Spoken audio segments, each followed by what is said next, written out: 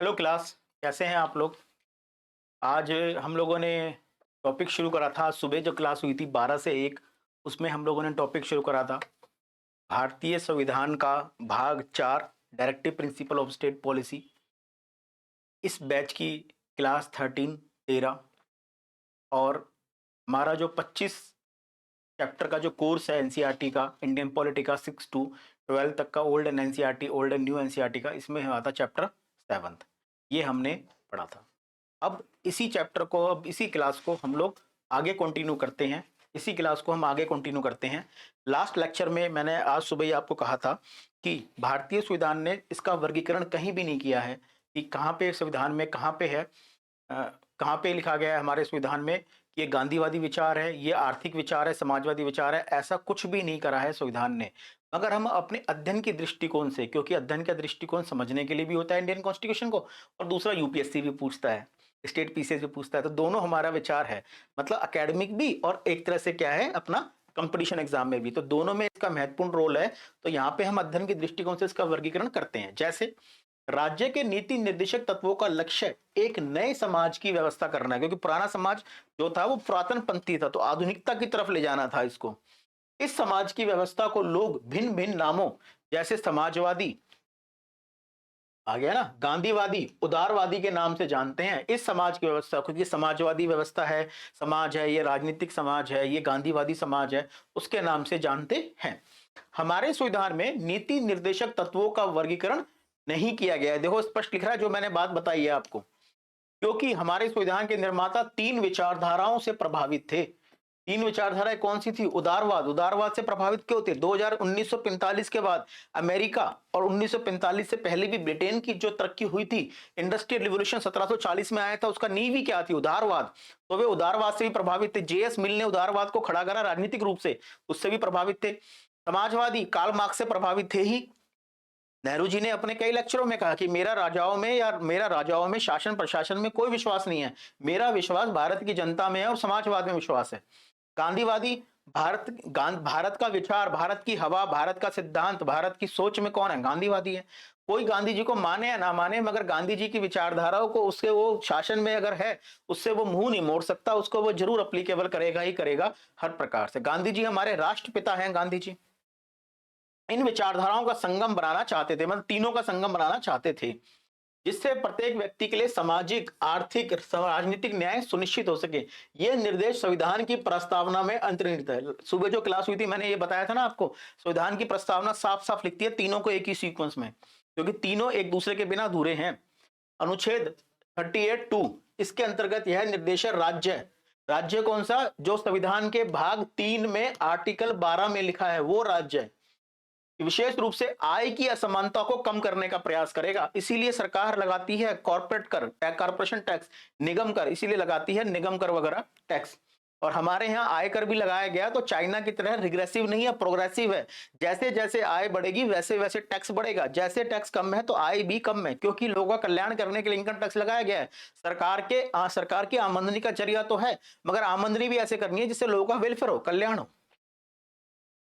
ना केवल व्यक्तियों के बीच बल्कि विभिन्न क्षेत्रों में रहने वाले व विभिन्न व्यवसायों में लगे हुए लोगों के समूहों के बीच की प्रतिष्ठा, सुविधाओं, अवसरों की असमानताओं को समाप्त करने का प्रयास करेगा। जैसे छोटा सा एग्जांपल देता हूं, आपको लगेगा ये क्या काम का है। हरियाणा सरकार ने अभी एक नियम लागू किया कि हरियाणा की सीमा में जितने भी ईंट भट्टे हैं, ईंटों के भट्टे होते हैं ना, ब्रिक्स के,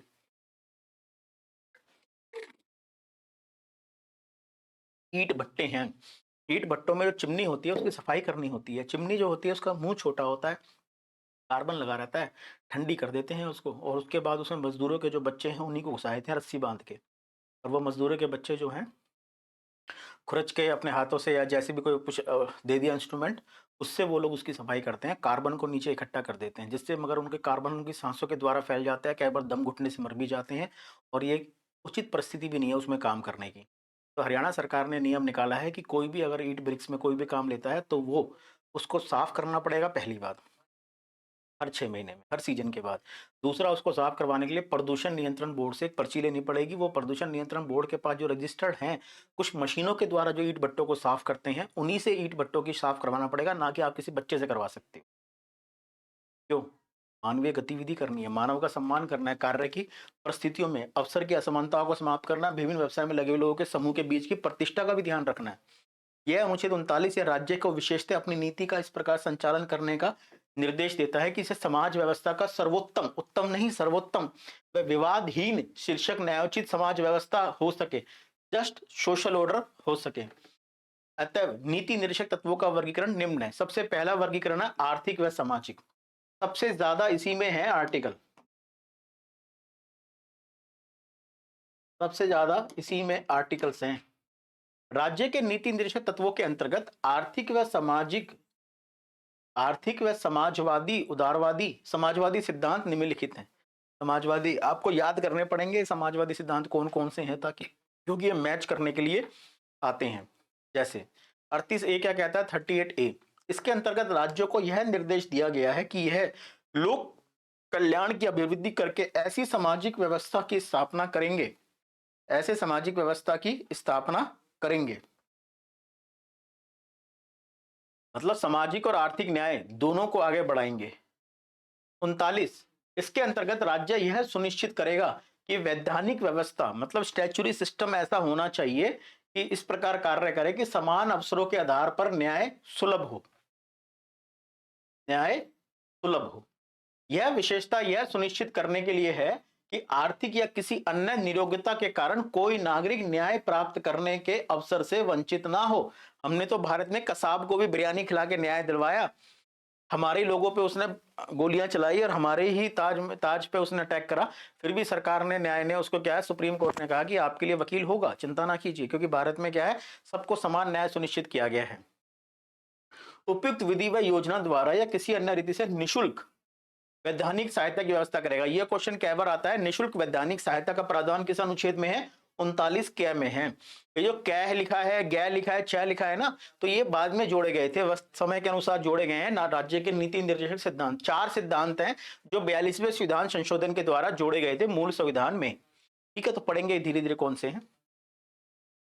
इसी अनुच्छेद में पुरुष व स्त्रियों दोनों को समान रूप से जीविका के पर्याप्त साधन उपलब्ध कराने के उपबंध को भी शामिल किया गया है। मतलब अपॉर्चुनिटी मानव में दोनों को मिलेगी। जैसे आपने देखा होगा कि डिफेंस के अंदर महिलाओं को फ्रंट पे नहीं भेजा जाता था, सुप्रीम कोर्ट ने ऑर्डर दिया एनडीए में महिलाओं को शामिल करो और इनको बकायदा शिप पे भी भेजो, क्योंकि सबको समान अधिकार प्राप्त है। भारत में यह लागू होता है। 39 ख समुदाय के भौतिक संसाधनों का भौतिक संसाधन संपत्ति उत्पादन के संसाधन, जमीन हो गया, पैसा हो गया, संपत्ति के स्वामित्व और नियंत्रण इस प्रकार वितरित हो जिससे सामूहिक हित सर्वोत्तम रूप से संपादित हो, सामूहिक हित हो। इसी काल में प्रॉपर्टी का जो राइट है, इसी में आदेश दिया है सुप्रीम कोर्ट ने कि हर बार सामूहिक हित पे प्रॉपर्टी को लिया नहीं जा सकता। यह सुप्रीम कोर्ट में नया चेंजेस है उदारवादी सिद्धांत की तरफ से। समाजवाद चलेगा मगर उदारवाद को साथ लेकर चलेगा, यह ध्यान रखना। यह पॉलिटिकल साइंस में तो आएगा खैर, मगर कल को हो सकता है यूपीएससी भी पूछ ले कि भारत की सुप्रीम कोर्ट का भी न्याय क्या करता है, इसको समाजवाद को लेकर चलो मगर उदारवाद के दृष्टिकोण से लेकर चलो। संपत्ति का स्वामित्व संकेंद्रीकरण ना हो, सामूहिक हित हो, मगर सामूहिक हित में यह बात देखनी है कि जिस व्यक्ति ने संपत्ति का अपना निर्माण करा है उसके भी अधिकारों का संरक्षण किया जाए। अनुच्छेद 39 गै आर्थिक व्यवस्था इस प्रकार संचालित हो जिससे कि धन व उत्पादन के साधनों का सर्वसाधारण के लिए अहितकारी केंद्रीकरण ना हो। भारत में एक है केंद्रीय competitiveness commission, central competitiveness commission, केंद्रीय प्रतिस्पर्धात्मक आयोग। वो इस बात को देखता है, जैसे अभी मैं बताता हूं आपको, स्टार प्लस और जियो का मर्जर हो रहा था, तब भी इसने देखा कि सारे के सारे क्रिकेट के राइट्स एक ही कंपनी के पास चले जाएंगे, सारे चैनल एक ही कंपनी के पास चले जाएंगे, तो इनका नहीं होना चाहिए क्या, मर्जर। बाद में बकायदा इस नई कंपनी ने, जो बननी थी नई कंपनी, उसने बकायदा लिखित में दिया कि हम लोग कभी भी विज्ञापनकर्ता का या जनता का शोषण नहीं करेंगे, ये क्रिकेट के राइट्स हैं, ये नई कंपनी को ट्रांसफर हो जाएंगे मगर हम शोषण नहीं करेंगे। इस कंपनी का देखने का विचार ये है कि सभी संपत्ति एक पे ना हो जाए। जैसे वर्तमान में भारत में सीमेंट इंडस्ट्री एक ही कंपनी के पास इकट्ठी होती जा रही है। भारत में जितनी कंपनी सीमेंट का प्रोडक्शन होता है उस कंपनी के पास वर्तमान में भारत का 78% सीमेंट का कोटा उसके पास है। खुदा ना खास्ता अगर कुछ उसने डिस्टर्बेंस कर दिया ना, तो निजी क्षेत्र में और सरकारी क्षेत्र में सीमेंट की आवश्यकताएं हैं, इसको वो इसे मोड़ भी सकता है और सप्लाई रोक भी सकता है जिससे रेट बढ़ जाए। तो ये भी संविधान इतनी गहराई में भी बात करता है। भी और उस कंपनी में नजर नहीं है किसी की, सीमेंट एक ही कंपनी खरीदी जा रही है, साउथ की सीमेंट की कंपनियां, नॉर्थ की खरीद ली सारी सीमेंट की कंपनियां। ठीक है, अब वर्तमान में देखा जाए तो 100% तो नहीं, 99% सीमेंट को दो ही कंपनियां चला रही हैं, सीमेंट इंडस्ट्री को। और सीमेंट हमारी भौतिक जरूरतों में आता है, 8 कोर इंडस्ट्री जो होती है उसमें सीमेंट भी आता है एक। तो इन व्यवस्थाओं को, संकेंद्रण को रोकना। 39 घ, पुरुषों व स्त्रियों दोनों के सम्मान, दूसरों के समान कार्य करने पर समान वेतन हो। अगर समान कार्य कर रही है महिला पुरुष, दोनों को समान वेतन दिया जाए। 39 डे, पुरुष व स्त्री श्रमिकों के स्वास्थ्य व शक्ति का तथा बालकों की सुकुमार अवस्था का दुरुपयोग ना हो। जैसा मैंने बताया ना, ईंट भट्टी के अंदर उनको कारखाने में लगा दिया जाता है, किस लिए? बच्चे चिमनी साफ कर लेंगे, छोटे छोटे हाथ होते हैं इनके, तो वैसा नहीं होना चाहिए। आर्थिक आवश्यकता से विवश होकर नागरिकों को ऐसे रोजगारों में ना जाना पड़े जो उनकी आयु व शक्ति के प्रतिकूल हो, जहां कार्य करने पर उनके स्वास्थ्य पर दुष्प्रभाव पड़ता हो। भगत सिंह जी साफ कहते थे, समाजवाद से आपका क्या अभिप्राय है? जब पूछा गया तो उन्होंने कहा कि समाजवाद से अभिप्राय है कि कोई इतना अमीर ना बन जाए वो गरीब की मजबूरी खरीद ले, कोई इतना अमीर ना बन जाए वो गरीब को खरीद ले, नहीं होना चाहिए।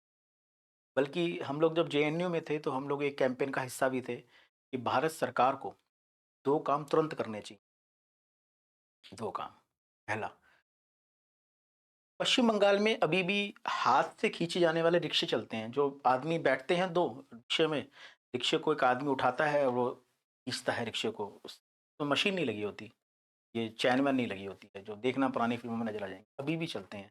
तो हम लोग की डिमांड थी वो बंद करवाया जाए।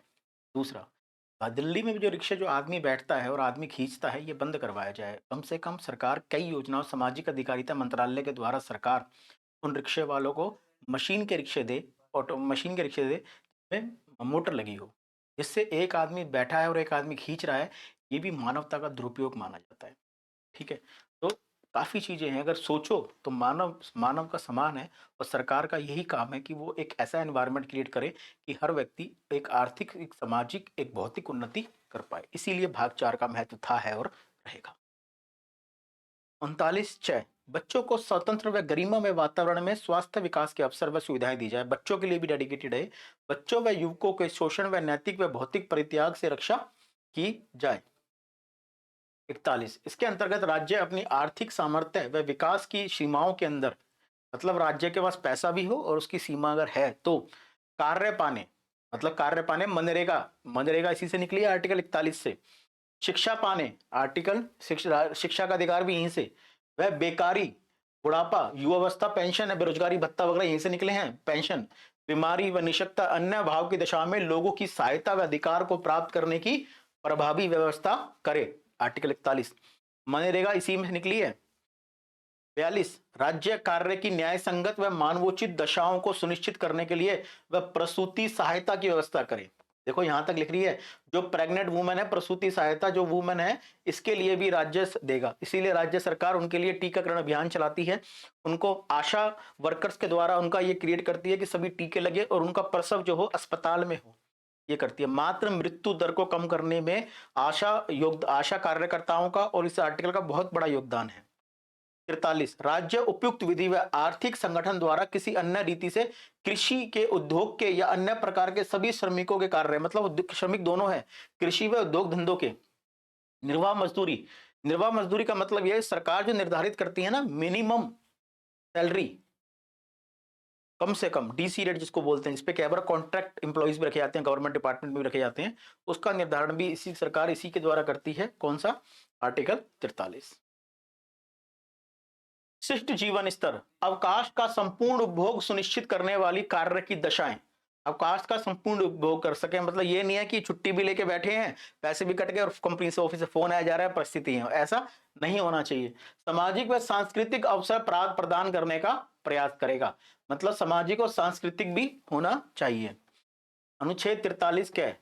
किसी राज्य के उद्योग में लगे हुए उपक्रमों, अंडरटेकिंग, संस्थानों व संगठनों के प्रबंध में श्रमिकों को भाग लेना सुनिश्चित किया जाएगा, जिससे सहकारिता की भावना बढ़ेगी।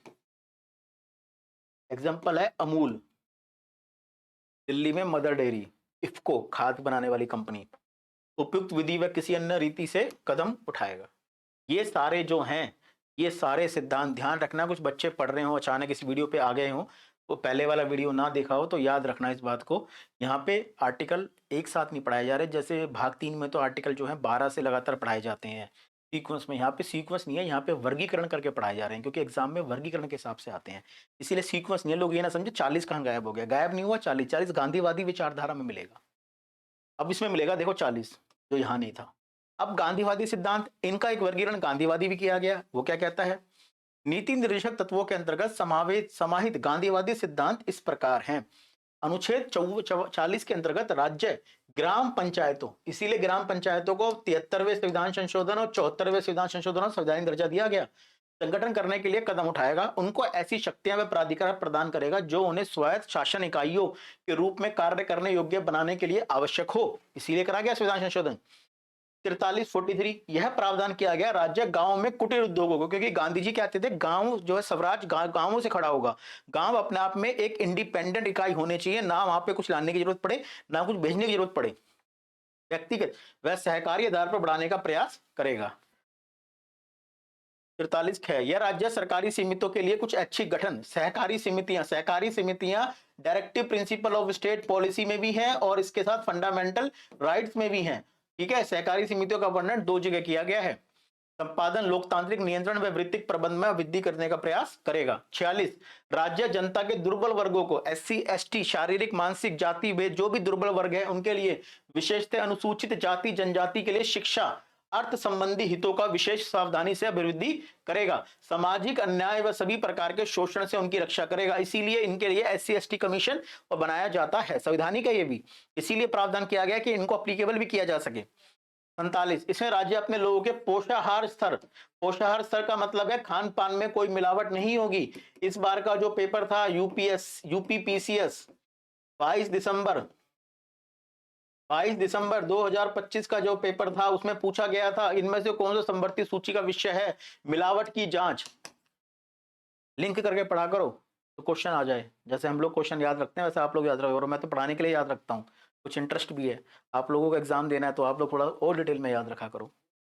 पोषाहार व जीवन स्तर को ऊंचा करने, लोक स्वास्थ्य में सुधार को अपनी प्राथमिक कर्तव्यों में मानेगा, विशेषतः मादक पेय तथा स्वास्थ्य के लिए हानिकारक औषधियों प्रयोजन से भिन्न उपयोगों को प्रतिबंध करने का प्रयास करेगा। मतलब ये स्वास्थ्य के लिए डेडिकेटेड है, स्वास्थ्य पे ध्यान देगी सरकार, इसीलिए अडल्ट्रेशन जो है मिलावट को रोकेगी, उसके लिए हानिकारक जो ड्रग्स हैं उसको रोकेगी, शराबबंदी को बढ़ावा देगी, इसीलिए सरकार जो है शराब के ऊपर ना लिखा भी आता है कि ये हानिकारक है, जो सिगरेट की डिब्बी होती है उस पर लिखा भी आता है कैंसर के लिए हानिकारक है ये।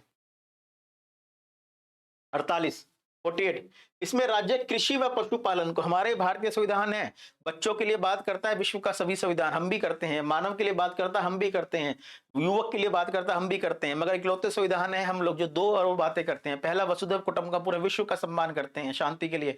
दूसरा, हम पशु के लिए भी संविधान में भी जगह रखते हैं।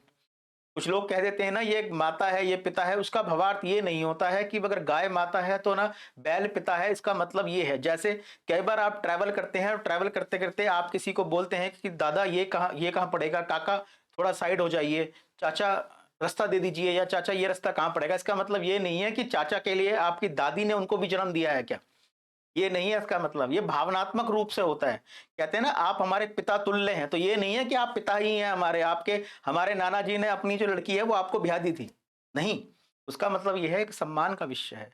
कहते हैं ना दोस्त को भी कह देते हैं कि ना just like a brother but another mother, तो वो उस भाव से कहा गया। और हमारा ही संविधान है जो पशुओं के लिए भी डेडिकेटेड है। आधुनिकरण व वैज्ञानिक प्रणालियों से संगठित करने का प्रयास करेगा, विशेषतः गायों बछड़ों अन्य दुधारू व वाहक पशुओं की नस्लों के परिरक्षण के लिए। मतलब ध्यान करना, संविधान अभी गया नहीं है मगर ये पूछ सकता है गायों के लिए भारतीय संविधान का कौन सा आर्टिकल है, बछड़ों के लिए कौन सा आर्टिकल, तो गाय बछड़े व वाहक पशु का मतलब ऊंट भी इसके अंदर आ गया, ठीक है, ऊंट भी इसके अंदर आ गया, भैंस भी इसके अंदर आ गई है, तो यहां तक भी जा सकता है। हमारा संविधान इतना विस्तृत लिखा गया है, इसीलिए कहा गया ना कि हम लोग ये हैं जो पूरे विश्व की कल्याण की बात कर सकते हैं। परिरक्षण सुधार के लिए उनके वध का प्रतिषेध करने में कदम उठाएगा, वध भी नहीं है। अब है तीसरे उदारवादी अंतर्गत, उदारवादी विचारधारा से संबंधित निर्देश इस प्रकार हैं। 44 इसके अंतर्गत राज्य भारत के समूचे राज्य क्षेत्र में नागरिकों के लिए समान व्यवहार संहिता, आर्टिकल 44 समान व्यवहार संहिता, मतलब तलाक की व्यवस्था एक जगह से हो, तलाक के बाद जो एलिमनी है, तलाक के बाद जो भत्ते हैं वो हर महिला को मिले, मुस्लिम महिलाओं को नहीं मिलते हैं अभी। बुढ़ापा बड़ी मुश्किल से कटता है उनका, मेहर की राशि दे दी जाती है जो बड़ी कम होती है शादी के समय, मगर उस समय तक जब वो अलग होती है तो उसकी उम्र भी हो जाती है, बच्चे भी हो जाते हैं, सारी चीजें, उसकी शादी भी नहीं हो सकती है, नहीं दी जाती है। उत्तराखंड इसी सिलसिले में बात कर रहा है कि सभी समान है, एक शादी होगी, एक विवाह होगा, ठीक है। तो पढ़ना, उत्तराखंड का बिल भी आएगा, पेपर में आने की पूरी संभावना है, उत्तराखंड ने क्या क्या प्रावधान किए हैं। तो वो समान नागरिक संहिता लाएगा, समान सिविल संहिता प्राप्त करने का प्रयास करेगा, व्यवहार भी और सिविल भी दोनों, कानून भी बनेगा और व्यवहार में भी समानता की जाएगी। समान नागरिक संहिता, अब इसके बारे में थोड़ा देख लेते हैं। समान नागरिक संहिता, यूनिफॉर्म सिविल कोड अथवा समान व्यवहार संहिता एक धर्म निरपेक्ष, धर्म के आधार पर नहीं, जैसे वो कहते हैं कि हम लोग मुस्लिम लॉ के तहत होते हैं, हम लोग कहें कि हम हिंदू के तहत होते हैं, नहीं, सब धर्म निरपेक्ष, धर्म नहीं व्यवस्था, जो सभी धर्मों के लोगों पर समान रूप से लागू होगी। समान नागरिक संहिता को देश के समस्त नागरिकों पर एक समान रूप से लागू किया जाएगा, तभी भारतीय नागरिकता का विचार डेवलप हो सकता है। समान नागरिक संहिता के अंतर्गत व्यक्तिगत स्तर पर एक व्यक्ति एक शादी करे, व्यक्तिगत स्तर, लिव इन में रहना है, लिव इन का रजिस्ट्रेशन करवाओ। एक तो ये समाज में गंद भर रखा है लिव इन वालों ने, लिव इन का रजिस्ट्रेशन करवाओ, ये उत्तराखंड सरकार ने साफ प्रावधान किया कि मेंशन तो करवाओ, पता लगे तुम लोग 4 दिन रहते हो उसके बाद मारा पीटी हो जाती है, वो देखा ना उसका आफ्ताब ने क्या काम किया उसका, ये सारी कंडीशंस हो जाती हैं। और लिव इन का कोई आधार भी नहीं है यार, मतलब जात पात को क्यों तो उसमें लाया जाए, कोई आधार भी नहीं है, मगर उत्तराखंड ने कहा है कि आप पहले रजिस्ट्रेशन करवाओ, ताकि कोई बात हो जाए तो हमें पता तो लगे प्रक्रिया चलनी क्या है या क्या है, तो भी पता लगे। व्यक्तिगत संपत्ति के अधिग्रहण के स्तर पर संपत्ति का बंटवारा बेटा बेटी दोनों में होगा। संचालन का अधिकार विवाह, तलाक, गोद लेने में शामिल होता है, ये पांचों होते हैं उसके अंदर, ध्यान रखना 5 है उसके अंदर। भारतीय संविधान के भाग 4 में राज्य के नीति तत्व के अनुसार 44 में समान नागरिक संहिता की व्यवस्था की गई है। भारत में अब तक इससे संबंधित कोई कानून नहीं है केंद्र के स्तर पर। गोवा पहला राज्य है जहां समान नागरिक संहिता है, मगर इसमें भारत का कोई योगदान नहीं है। कारण क्या, वहां पे पहले पुर्तगाली राज करते थे, पुर्तगाली पहले ही धर्मनिरपेक्ष हैं, तो पुर्तगाल आजाद हुआ गोवा से तो वो ट्रेडिशन चला आ रहा है, मगर इसके बाद आजाद संविधान लागू होने के बाद पहला राज्य जो होगा उत्तराखंड होगा। उत्तराखंड का बिल आ चुका है, अब भारत सरकार इस पे काम कर रही है, कमेटी गठित कर दी गई है इसके लिए। अनुच्छेद 45 ये उदारवादी में है, इसके अंतर्गत राज्य सभी बालकों के लिए 6 वर्ष की आयु पूरी करने तक, डीपीएसपी 6 वर्ष तक, फंडामेंटल राइट 6 से 14 वर्ष तक बच्चों के लिए, डिफरेंस याद करना दोनों में। प्रारंभिक बाल्यावस्था की देखरेख व शिक्षा देने के लिए उपबंध करने का प्रयास करेगा। उल्लेखनीय है इस सिद्धांत को 86वें संविधान संशोधन 2 लिख रखा है 2002 द्वारा परिवर्तित किया गया है। मूल रूप से इसमें 14 वर्ष तक के, ध्यान रखना, डॉक्टर बनने के लिए नहीं दिख रही सरकार हेल्प, एजुकेशन, हायर एजुकेशन में आप खुद करो क्योंकि आप योग्य हो, 18 साल के हो गए हो। बच्चों के लिए निशुल्क व अनिवार्य शिक्षा की व्यवस्था की गई है। 48 क्या इसमें निर्देश दिया गया, राज्य देश के पर्यावरण, पेड़ पौधों की भी बात हम लोग कर रहे हैं दोबारा, पर्यावरण के संरक्षण संवर्धन का, वन व अन्य जीवों की रक्षा करने का प्रयास करेगा। अन्य जीवों में कौन आ गए, शेर, भालू, चीता, भेड़िया। भारतीय संविधान ही कह सकता है कि भेड़ियों की रक्षा भी कौन करेगा, ये करेगा। इसीलिए जो तेंदुए वगैरह, जो शेर वगैरह आ जाते हैं ग्रामीण पृष्ठभूमि से निकल के शहरों में आ जाते हैं, सरकार यही कहती है इन्हें मारो मत, इन्हें सरकार दोबारा पहुंचाती है जंगलों में, ठीक है, सरकार इन्हें दोबारा पहुंचाती है जंगलों में। कारण क्या, कारण एक ही है, सरकार इनकी रक्षा भी करते हैं क्योंकि ये भी देश के लिए जरूरी है।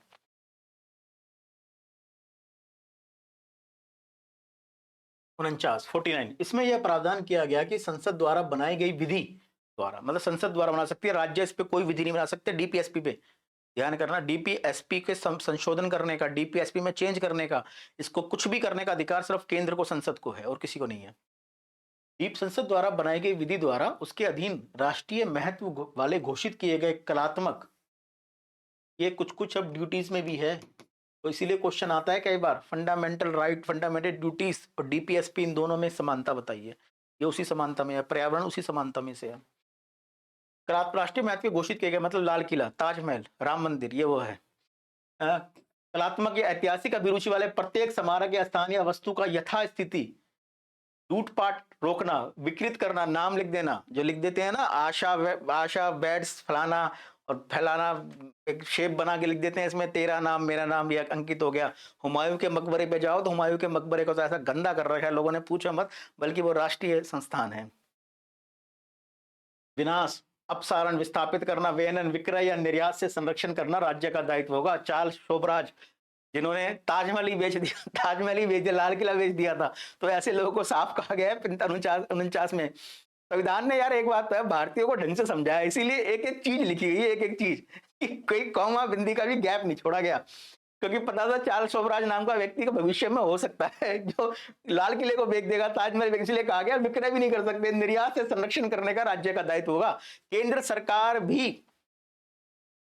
भी इनको नहीं बिगाड़ सकती है, ध्यान करना इस व्यवस्था को।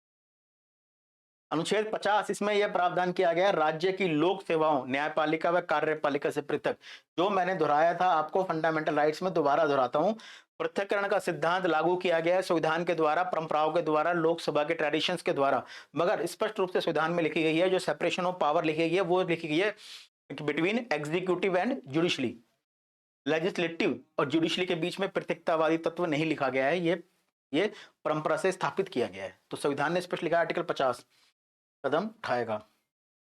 अनुच्छेद 51, सबसे पवित्र, निर्देश दिया गया, राज्य अंतर्राष्ट्रीय शांति व सुरक्षा की अभिवृद्धि का प्रयास करेगा।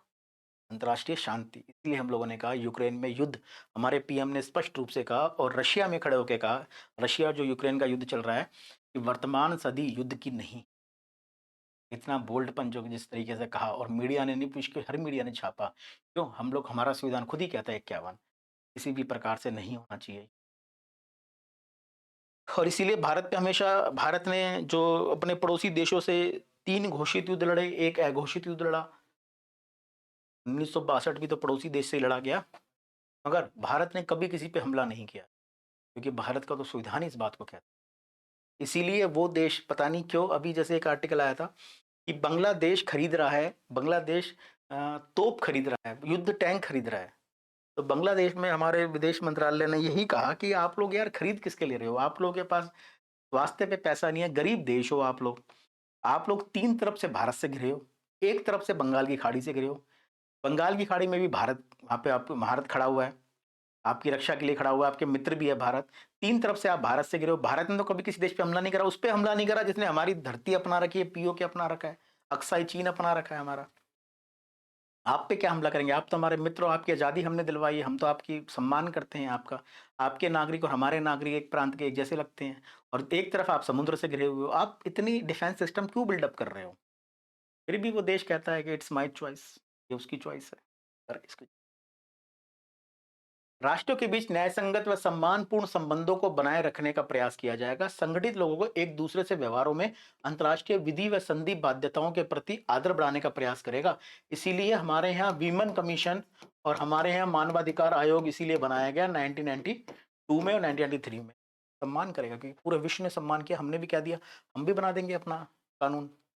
अंतर्राष्ट्रीय विवादों को मध्यस्थता आर्बिट्रेशन द्वारा निपटाए जाने का प्रोत्साहन करेगा, इसीलिए नेहरू जी कश्मीर मुद्दा ले गए थे, कहाँ पे, यूएनओ में ले गए थे कश्मीर मुद्दा, तभी ये अंतर्राष्ट्रीय मुद्दा बन गया, नहीं तो ये भारत का और पाकिस्तान का घरेलू मुद्दा है। चेचन्या का मुद्दा रशिया साफ कहता है, क्या चेचन्या जाएगा वहां यूएनओ में, और यूएनओ में कौन लेगा चेचन्या का मुद्दा, चेचन्या के विद्रोही है यार ये चेचन्या, हमारा इस पे शासन चलता है, ये घरेलू मुद्दा है हमारा, तुम क्यों बोल रहे हो, करता है, कारण क्या, वो लोग उसको ले ही नहीं गए आर्बिट्रेशन को, मगर थोड़ा गलती हमने करी उस समय, हम लोग अगर यूएनओ में नहीं ले जाते, इतने आदर्शवादी ना होते, प्रैक्टिकल होते, तो आज कश्मीर समस्या सुलझ चुकी होती है, बीमारी ना होती। कश्मीर में खड़े रह के कुछ लोग विवाद कर रहे हैं कि भारत सरकार रेल ले जा रही है, कश्मीर तक रेल ले जा रही है, श्रीनगर तक रेल ले जा रही है, रेल का विवाद कर रहे हैं ये लोग, ट्रांसपोर्टेशन में नई नई बनी है, क्या नाम है, सुरंग बन रही है, नई लिंक जोड़ा जा रहा है पूरे भारत के साथ, उसका कुछ लोग विवाद कर रहे हैं, कश्मीरियत को मिटाया जा रहा है। अरे ऐसे तो लखनऊ वाले विवाद कर रखे हैं कि अवधि हमारे लखनऊ की शरीफत को मिटाया जा रहा है, हमारी नफासत को, हमारी नखासत को निपटाया जा रहा है, मगर ऐसा करते हैं वो नहीं करते हैं, कारण क्या, अखंड भारत है भाई, इंटीग्रेटेड इंडिया है। संविधान संशोधन और जोड़े गए नीति निर्देशक तत्व, संविधान में इसको जोड़ा गया है, और सबसे बड़ा संविधान संशोधन के द्वारा इसमें फेरबदल किया गया है 42वें संविधान संशोधन, जिसको मिनी कॉन्स्टिट्यूशन भी कहा जाता है, मिनी कॉन्स्टिट्यूशन, लघु संविधान भी कहा जाता है। 42वें संविधान संशोधन 1970 द्वारा जोड़े गए नीति निर्देशक तत्व लिखित, सबसे पहला 39(च), ये याद रखने हैं आपको, ध्यान रखना, इसके अंतर्गत बालकों को स्वतंत्र व गरिमा में वातावरण में विकास, समस्त विकास के अवसर व सुविधाएं प्रदान की जाएंगी, ये स्पेशली डेडिकेटेड था बालकों के लिए। अनुच्छेद 39(क), इसके अंतर्गत सामान्य न्याय व गरीबों को निःशुल्क विधिक सहायता, ये बाद में जोड़ा गया, निःशुल्क विधिक सहायता 42वें के द्वारा। कै और चय 43 कै उद्योगों के प्रबंधन में कामगारों का भाग लेना, एक तरह से सहकारिता की तरफ यह कदम बढ़ाया गया कि उद्योगों के प्रबंधन में कामगार भी भाग ले सकते हैं। 48 कै पर्यावरण का संरक्षण, क्योंकि तब तक पर्यावरण एक बहुत बड़ा मुद्दा बन चुका था, वह संवर्धन व वन्य जीवों की रक्षा, हमने ये भी बाद में डाल दिए गए। ये 42वें के द्वारा 4 संशोधन बढ़ाए गए, नए 4 आर्टिकल नए बढ़ाए गए 42वें के द्वारा। फिर 44 ने भी संशोधन किया, क्योंकि 44वां संशोधन 1978 में किया। अभी तक आजाद भारत में, मतलब आजाद भारत में 1947 से लेकर 1977 तक जो देश में 30 साल सरकार रही, वो एक ही पार्टी की रही और एक ही परिवार की रही। बस 1 साल का कार्यकाल का फर्क पड़ा, किसका? वो फर्क पड़ा लाल बहादुर शास्त्री जी का। तो अब जो नई सरकार है जनता पार्टी की सरकार, वो देश की पहली नॉन कांग्रेस गवर्नमेंट सरकार थी। देश को एक वो व्यक्ति मिला जो एक परिवार से, एक विचारधारा से बंधा हुआ नहीं था, एक नई लहर लेके आया। तो उन्होंने भी सोचा कि अब हम भी कुछ करते हैं, तो उन्होंने भी कुछ करा। कैसे करा? 44वें संशोधन 1976 के द्वारा जोड़े गए नीति निर्देशक तत्व, इन्होंने भी जोड़ा गया था। मूल रूप से 44वां संविधान संशोधन लाया गया था 42वें के प्रावधानों को खत्म करने के लिए, क्योंकि 42वें संविधान ने इतना बड़ा मिनी कॉन्स्टिट्यूशन कहा गया है ना इसको, इतना बड़ा उसने क्या कर दिया, चेंजेस कर दिए, जिससे संविधान की मूल आत्मा ही दबाव में आ गई, मूल आत्मा ही खत्म होने की कगार पे आ गई, इसीलिए किया गया था। मगर इसके जो प्रावधान सही थे, वो सारा संविधान संशोधन 42वें के द्वारा, 44वें के द्वारा 42वें को पूर्ण रूप से खत्म नहीं किया गया, सिर्फ उन्हीं को खत्म किया गया जो बिल्कुल ही खत्म करने योग्य थे। इसी में क्या है, 44वें के द्वारा जोड़ा गया 38(2) 38(2) राज्य विशिष्ट आय की असमानताओं को कम करने व समूहों के बीच, तब विभिन्न व्यवसायों के लगे हुए लोगों के समूहों के बीच, इतना डिटेल में लिखा गया है, प्रतिष्ठा, सुविधाओं, अवसरों की असमानताओं को समाप्त करने का प्रयास करेगा। रोजगार की असमानता, अवसर की समानता, सबको असमानता को समाप्त करनी है। व्यक्तिगत समाप्त करनी है, ग्रुप में समाप्त करनी है, एक समूह में समाप्त करनी है, एक जाति में समाप्त करनी है, एक वर्ग में समाप्त करनी है। कितना विस्तृत लिखा गया है। तो 44वें के द्वारा एक किया गया संविधान, एक अमेंडमेंट किया गया, एक आर्टिकल जोड़ा गया। 42वें के द्वारा 4 जोड़े गए। फिर तीसरी बार कोशिश की गई 86। तो ये कहा गया है ना, राज्य के संसाधन जैसे जैसे बढ़ते गए, समाज आधुनिकता की तरफ बढ़ता गया, तो वैसे वैसे इनका सामाजिक और आर्थिक कल्याण की परिभाषा भी बढ़ती गई। इवन साउथ अफ्रीका के संविधान में तो एक अधिकार और लिख दिया गया है फंडामेंटल राइट में, राइट टू इंटरनेट। वो कहते हैं वर्तमान में इंटरनेट भी मौलिक अधिकार में है यार, बिना इंटरनेट कुछ है ही नहीं। और कहा तो हमारे सुप्रीम कोर्ट ने भी है, जब कश्मीर में इंटरनेट बंद कर दिया गया था, 98 दिन बंद हुआ कश्मीर में इंटरनेट, तो सब लोग पहुंच गए कि इंटरनेट क्यों बंद करा गया। शिक्षा का अधिकार फर्क पड़ता है इसमें, क्योंकि उस समय कोरोना लग गया था। इसकी बात, व्यापार में फर्क पड़ता है, क्योंकि भदोई और जो भदोई सॉरी वहां पे कश्मीर का जो कालीन होता है और कश्मीर के अंदर जो सेब होता है, वो ऑर्डर ऑनलाइन आते हैं, बिल्टी ऑनलाइन होती है, टैक्स ऑनलाइन कटता है, पर्चे ऑनलाइन बनते हैं, बिल ऑनलाइन बनते हैं। तो ये कहा गया, तो वो भी आगे बढ़ गया। इसीलिए इसमें समय के अनुसार एक परिवर्तन और किया गया। 42वें में 4, 44वें में एक, 86वें के द्वारा एक, 86वां किया गया 2002 में। राज्य 6 वर्ष से आयु के बच्चों की देखरेख व शिक्षा देने का प्रयास करेगा। 45 को प्रतिस्पर्धी प्रावधान है, जो 45 है, 45 का एक तरह से प्रतिस्थापित करके ये प्रावधान किया गया। उल्लेखनीय है, मूल संविधान में अनुच्छेद 45 में यह उल्लेख था, राज्य 14 वर्ष तक के बच्चों के लिए निःशुल्क व अनिवार्य शिक्षा प्रदान की व्यवस्था करेगा। 86वें संविधान संशोधन शिक्षा के अधिकार के अंतर्गत अनुच्छेद 21 के मूल अधिकार की स्थिति प्रदान कर दी गई, इसको और पवित्र बना दिया गया 86वें के द्वारा। 45 तो था ही नॉन जस्ट, मगर 45 की थोड़ी सी कंडीशन थोड़ी हल्की थी। 86वें संविधान संशोधन ने उसकी कंडीशन पे बेस का काम करा, नींव का काम कर दिया। 97वें संविधान संशोधन, ये है 4th टाइम। पहले 42 में 4, 44वें के द्वारा 1, 86वें के द्वारा 1, अब चौथा है 97वें। क्वेश्चन आ सकता है कितने संविधान संशोधन हो चुके हैं इससे संबंधित? 4 बता चुका हूं मैं, चौथा बता रहा हूं। 97वां संविधान संशोधन 2011 में किया गया। नीति निषेध तत्व में सम्मिलित है 43 ख में किया गया। इसके अंतर्गत राज्य सहकारी समितियों के स्वैच्छिक गठन, स्वायत्त संचालन, लोकतांत्रिक नियंत्रण व व्यावसायिक प्रबंधन को बढ़ावा देने का प्रयास करेगा। इसीलिए सरकार ने इसी के लिए 2019 में गृह मंत्रालय के अंडर ओपन कर दिया है, क्या?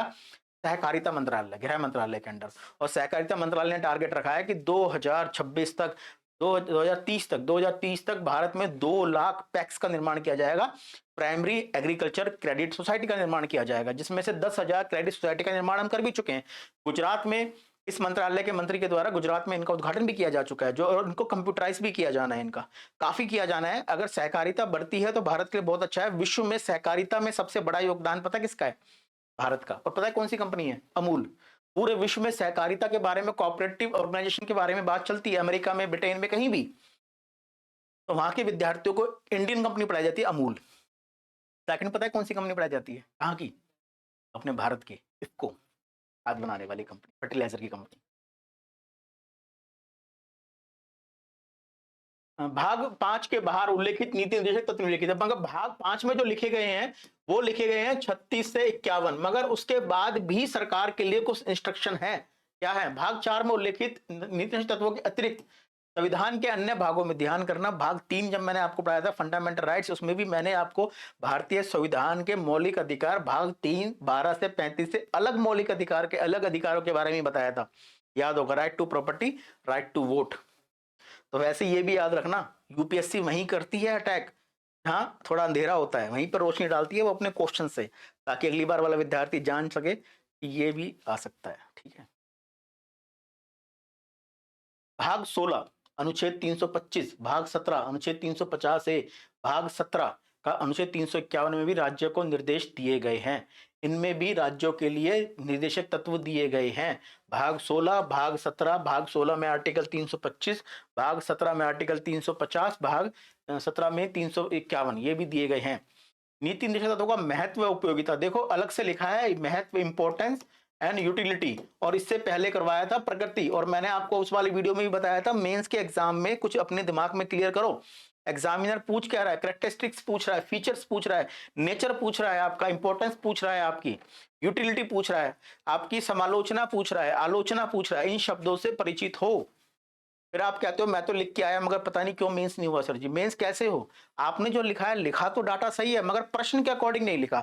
उसने आलोचना नहीं पूछी और आपने आलोचना ही पेल रखी है उसमें 80-90%। नहीं, आपको समालोचना पूछी है तो आपने समालोचना मतलब आलोचना, पक्ष और विपक्ष दोनों लिखने हैं, प्रोस एंड कॉन्स दोनों लिखने हैं आपने, ध्यान रखना। तो ऐसे शब्दों पे देखो, वो प्रकृति थी, ये महत्व है। डॉक्टर बी आर अंबेडकर के अनुसार राज्य के नीति निर्देशक तत्वों का बहुत बड़ा मूल्य है। ये भारतीय राज्य व्यवस्था के लक्ष्य आर्थिक लोकतंत्र को निर्धारित करते हैं। जैसे राजनीतिक लोकतंत्र में प्रकट होता है, भाग 3 में प्रकट होता है, वैसे ये आर्थिक करते हैं। यद्यपि राज्य के नीति निर्देशक तत्वों को लागू करने में न्यायालय असमर्थ है, क्योंकि आर्टिकल साफ कहता है, 39 साफ कहता है नॉन जस्टिसेबल है। तथापि ये शासन के मूलभूत तत्व हैं, इनको भुलाया नहीं जा सकता है। राज्य अर्थात भारत सरकार, संसद मतलब भाग 3 में 12 में जिनको बोला गया है राज्य, वो सब इसमें आ जाएंगे, ध्यान रखना। बार बार मैं जहां बोलता हूं ना ध्यान करना, यूपीएससी वहां याद करना बच्चों, यूपीएससी वालों, यूपी पीसीएस बीपीएससी अभी भी थोड़ा स्ट्रेट चल रही है, जहां पे संविधान या आयोग रोशनी डाल चुका है, लाइट रख चुका है, वहां तक पूछ रही है। मगर यूपीएससी वहां पूछती है जहां पे अंधेरा है, जहां पे कुछ बातें छुपी है, वो पूछते तुम्हें पता है इस रास्ते पे क्या है। वो है शब्दों से आगे, भावों से आगे, वो कंटेंट है, वो नॉलेज है, वो ज्ञान है। अभी एक फिल्म आई है नई, गेम चेंजर। तो गेम चेंजर मैं देखने गया था, मतलब हर वीक में मैं मूवी देखता हूँ कोई ना कोई, कोशिश करता हूँ हर वीक में कोई नई आई है तो देखा जाए। तो इस बार की मूवी गेम चेंजर थी। तो उसमें बड़ा सही बताया गया है कि जो उसने ड्यूटीज बताई गई है ना एक्टर ने, कि वो सेंसस वो होता है, आरटीओ होता है, रिटर्निंग ऑफिसर होता है, आरओ होता है, रिटर्निंग ऑफिसर होता है, ये होता है, वो होता है। इतना सब कुछ संविधान ने, इतना सब कुछ सरकार ने उसे दिया है, इतना बड़ा दायित्व दिया है। कारण क्या? एलिजिबल है, नॉलेज है, वो संभाल सकता है, तो मल्टीटास्किंग के गुण है। इसीलिए संविधान को, इसीलिए यूपीएससी उस क्षेत्र में लाइट डालती है, अंधेरा है जहाँ पे, वहां से क्वेश्चन पूछती है। क्या आपको पता है इसके बारे में भी? क्योंकि आज की डेट में परिस्थितियां जो आ रही हैं, काफी अलग अलग परिस्थितियां आ रही हैं। जैसे अभी एक हॉक्स कॉल आई थी, अभी एक हॉक्स को हिंदी में पता नहीं क्या बोलते हैं, मतलब एक कॉल आई थी सरकार दिल्ली में, कि करीब 300 स्कूलों में, 300 स्कूल में कॉल आई थी कि मतलब आपके स्कूल में बॉम्ब है। ये सारी बातें थी जो राजनीति मतलब भारत सरकार की असंवैधानिकता के खिलाफ है, ये थी। और आखिर में उस के अंदर आज एक अखबार में आया, दैनिक भास्कर में जानकर जागरण में पढ़ रहा था मैं, उसमें एक लड़की पकड़ी गई है। वो लड़की की उम्र से महज जो है 12वीं क्लास की लड़की है, उसकी नाबालिग है, वो पकड़ी गई है। अब सोच के देखो 300 स्कूलों की उसने आईडी कैसे अटैच करी होगी, कैसे इकट्ठी करी होगी, प्रयास करा होगा, मन बनाया होगा। अब वो डीएम या डीसी को जो प्रावधान करना है उसका कृत्य ऐसा है, उसको बख्शा नहीं जा सकता, मगर वो नाबालिग है और उसके जो फादर है उसके एनजीओ है वो भी कुछ गतिविधियों में पाया गया है। तो काफी कॉम्प्लिकेशंस हैं, वो भी तब जब वो नाबालिग है। तो ऐसी कंडीशन में जो मैच्योर संवेदनशीलता, संवेदनशील आईक्यू इंसेंटिव जो बोला गया है ना, आईक्यू जो बोला गया है, इंटेलिजेंस क्वेश्चन बोला गया है हमारे आर्थिक, हमारे पेपर 4 में, वो अप्लीकेबल होता है। तो भारतीय संविधान ने वो लिखा है, मगर जो नहीं लिखा है भारतीय संविधान ने, जो अंधेरे में है, यूपीएससी यहाँ भी पूछती है। इसके लिए आपको ये मर्ज करना पड़ेगा, जैसे ये लाइन है कि राज्य में क्या शामिल है, ये सभी शामिल है, भाग 12 का शामिल है। न्यायपालिका द्वारा संविधान के विभिन्न प्रावधानों की व्याख्या करते समय इन नीति निषेध तत्वों का सहारा लिया जाता है। सहारा लेती है सरकार, ये नहीं है कि नहीं है, न्यायपालिका भी इससे बंधी है। इस प्रकार कार्यपालिका ने भी अपने कार्यों के औचित्य के लिए नीति निर्देशक तत्वों का सहारा लिया है। जैसे चंपकम दोराई राजन, बहुत इंपॉर्टेंट फैसला था मद्रास का 1951 का। चंपकम दोराई राजम मद्रास वर्सेस 1951 में मद्रास सरकार ने अपने सांप्रदायिक आदेश के औचित्य को सिद्ध करने के लिए समाज के दुर्बल वर्गों के हितों से संबंध संविधान के अनुच्छेद 46 में उल्लेखित राज्य के नीति निर्देशक तत्वों का सहारा लिया था। चंपकम दोराई में संसद ने भी अपने विधायी कार्यों में निष्पादन में नीति निर्देशक तत्वों का सहारा लिया है। उदाहरण स्वरूप भारत सरकार ने संविधान के प्रथम संशोधन जो है वो 1951 में किया गया था। लिखा है भारत के चतुर्थ संविधान के चतुर्थ संशोधन, फोर्थ कॉन्स्टिट्यूशन अमेंडमेंट 1955 के औचित्य के संदर्भ में क्रमशः 51 में कौन सा था, शंकरी प्रसाद का केस, सज्जन सिंह, शंकरी प्रसाद, चंपके दोराई राजम, केशवानंद भारती, मिनर्वा मिल, एसआर बम्बई केस हो गया और एलआईसी का केस हो गया। ये बड़े माइलस्टोन वाले केस हैं। गोलकनाथ का केस हो गया, ऐसे केसों को, और ना मोहिनी जैन का केस हो गया, विशाखा केस हो गया। ऐसे केसों को रट लो और समझ लो, एक कॉपी बना लो उसकी। ऐसे केसों से संबंधित क्वेश्चंस आते हैं।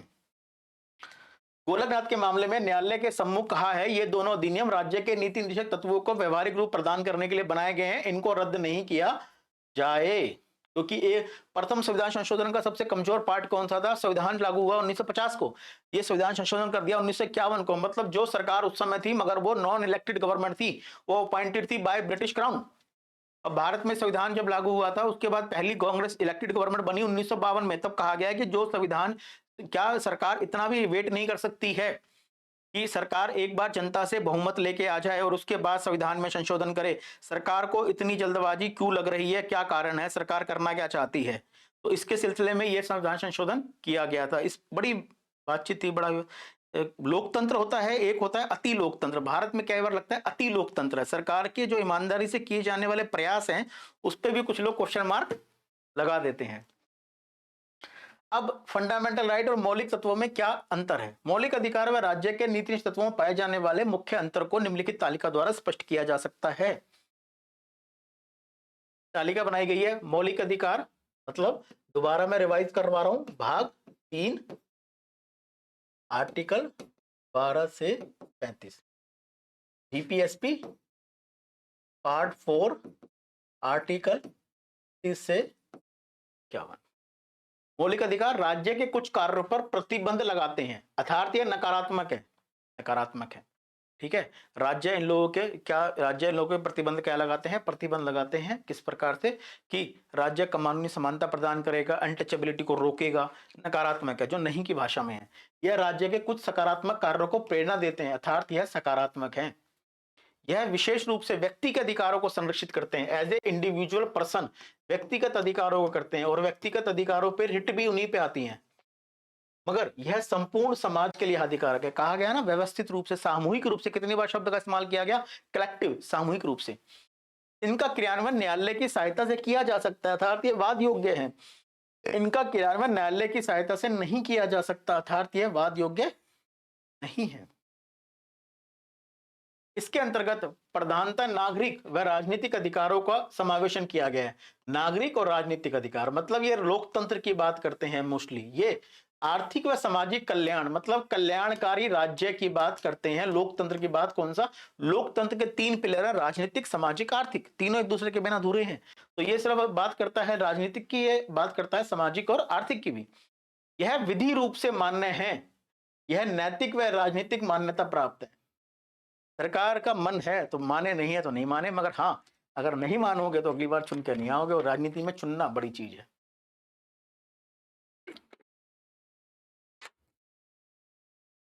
कहते हैं ना, चुनाव जीतने के लिए वादे किए जाते हैं। वादे क्यों किए जाते हैं? Directive principle of state policy, यह स्वतः लागू है। संविधान मतलब कोई इसको त्याग भी नहीं सकता है इनको, ठीक है। और स्वतः लागू है, किसी को कहा नहीं जाता कि आपके ये मौलिक अधिकार लागू है, सर्टिफिकेट ले लो, नहीं। आप भारत के नागरिक हैं, इवन आप नागरिक भी नहीं है ना, भारत की सीमा में आ गए तब भी अधिकार लागू है।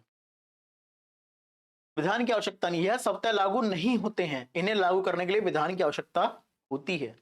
समान नागरिक, समान कार्य के लिए समान वेतन के लिए कानून लाना पड़ा, बच्चों की सुरक्षा के लिए कानून लाना पड़ा अलग से। इनका उल्लंघन करने वाली किसी विधि को न्यायालय असंवैधानिक घोषित कर सकता है। Article 13, article 32 writ. इनका उल्लंघन करने वाली किसी विधि को न्यायालय संवैधानिक घोषित नहीं कर सकता, क्योंकि योग्य है ही नहीं। मौलिक अधिकार में टकराव, अब दोनों में क्या टकराव है? यूपीएससी, यूपीपीसीएस वगैरह जाते नहीं है यहाँ पे, पीएससी, एनडीएस, सीडीएस यहां से जाएगा। अनुच्छेद 32 के तहत मूल अधिकार न्यायालय द्वारा परिवर्तनीय बनाए गए हैं। पढ़ी थी ना हमने 5 रिट, बंदी, प्रत्यक्षीकरण, परमादेश, उत्प्रेषण, याद हो, अधिकार परीक्षा। राज्य के नीति निषेध तत्व अनुच्छेद 37 के अनुसार परिवर्तनीय है, साफ साफ लिखा गया अनुच्छेद 37 में। 51 में चंपकई, 51 में 51 में चंपकम दोराई राजन बनाम मद्रास राज्य का केस था, बहुत बड़ा है। सर्वोच्च न्यायालय का निर्णय भी नीति निषेध तत्वों की अपेक्षा मौलिक अधिकारों की प्रवृत्ता, क्यों भाग 3 में को सबसे पहले बढ़ावा दिया गया और भाग 4 को कम सोचा गया। कारण क्या था? इसकी संवैधानिक स्थिति इसका था।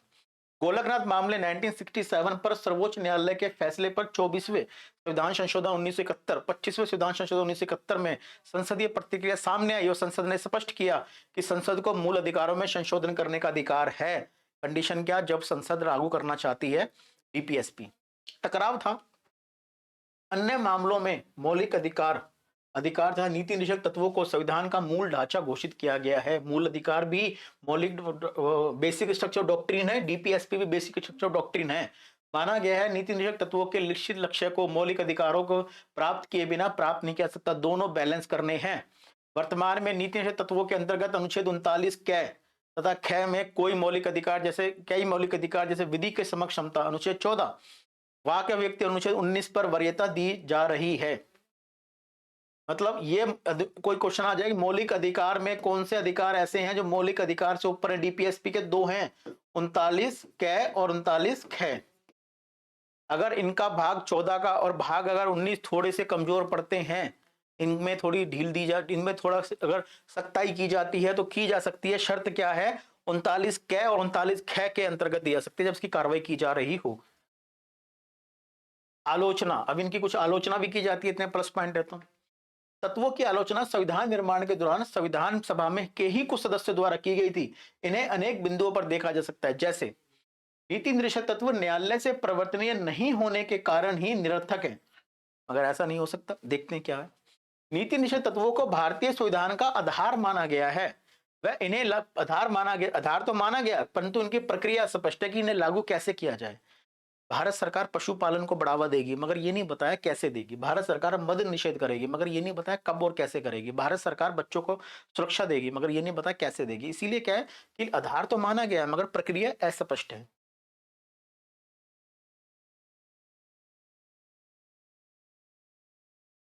नीति निषेध तत्व अक्सर विधायिका व न्यायपालिका के मध्य विवाद का कारण बनते हैं, इसीलिए तो किया गया 24वां 25वां संशोधन। नीति निषेध तत्वों में सम्मिलित अनेक प्रावधानों को आज भी लागू नहीं किया जा सका, जैसे समान नागरिक संहिता, मगर अब उत्तराखंड लागू करेगा इसको। नीति निषेध तत्वों का महत्व राज्य के लिए नैतिक शिक्षा की भांति है, मोरल एजुकेशन की, किंतु बाध्यकारी नहीं है। नमस्ते करो, करना है तो करो, नहीं करना तो मत करो, यह आपकी इच्छा है। तत्वों का क्रियान्वयन, जैसे 1950 के पश्चात चंपक राजन के पश्चात सरकार ने समय समय पर कुछ नीति तत्वों को क्रियान्वयन एग्जीक्यूशन का प्रयास किया, जिनमें से कुछ प्रमुख है, जैसे जमींदारी उन्मूलन, प्रथम संविधान संशोधन 1951 इसी संबंधी था। बैंकों का राष्ट्रीयकरण 1969 में किया गया, 14 बैंकों का, और बाकी के जो है 6 बैंकों का किया गया, 1989 में किया गया, आदि लागू किए गए। ये सभी अनुच्छेद 39 में प्रतिष्ठित आदर्शों की प्राप्ति के लिए किए गए हैं। इन्हीं में है प्रीवी पर्स की समाप्ति।